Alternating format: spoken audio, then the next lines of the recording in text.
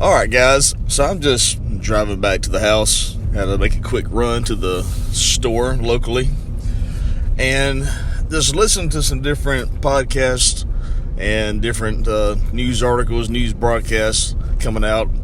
Like we talk about every day, there's more news coming out. There's so much news and different things going on around the world that it's hard to keep up with. Now, it may seem easy to keep up with if you only listen to the mainstream media when you hear just certain stories repeated over and over again.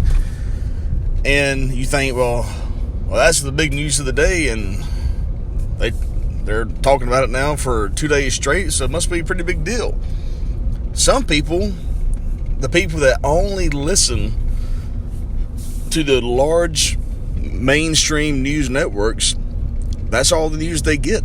They never dig any deeper. Something that I want to kind of put out there that I think a lot of people don't realize that they need to be doing to understand more about what's going on in the world is, let's take, for instance, some of the hot topic issues that you've heard from me, from anybody from Glenn Beck to Sean Hannity to Tucker Carlson to Alex Jones to anybody that you may listen to, Joe Rogan, Tim Pool, anybody that you may listen to, the different topics that you've heard about, anything from labor shortages to the ports to the money supply to Taiwan to COVID camps in Australia, whatever the topic may be, here's something that you can do to find more information each day that may not be covered by the mainstream media. Go to a search engine, preferably something other than Google, because for some reason or another, Google's algorithm hides a lot of these stories that you can find through other search engines. My personal favorite is DuckDuckGo. If you go to DuckDuckGo, type in Taiwan, and then select news, and it'll pull up all the latest news about Taiwan. Type in ports, or type in backlog in the ports. Type that in, do a search through news, and it's going to pull up all the latest news articles about that topic. It's a very simple concept. I mean, search engines have been around for as long as the internet has been around, pretty much. But it's one of those things that I think hardly no one does, because so many people rely on other platforms and other mediums, different things, to bring them the news.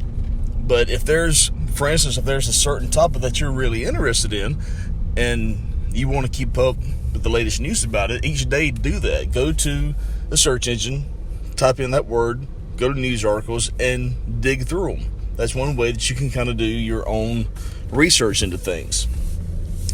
So, getting past that, one thing I just really want to point out is, while we've covered a lot of information about the ports and the backlog of cargo ships waiting to be unloaded, many ports in America now, on the east and west coast, having dozens, 50, 60s, even more than that in some ports, cargo ships backed up just waiting with 3 and 4 and 5 week waits to be, as far as the wait times, how long they're having to wait to be unloaded.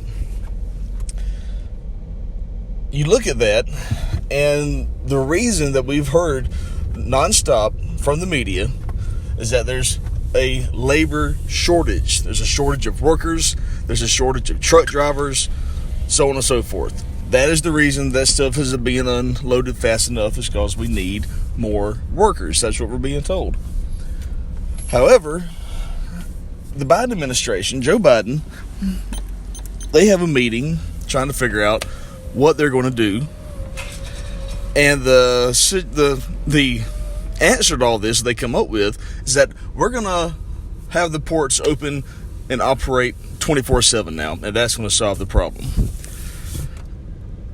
Folks, I don't know about you, but if, according to these same people, if the problem is a shortage of workers, then how do you suddenly just start running 24/7?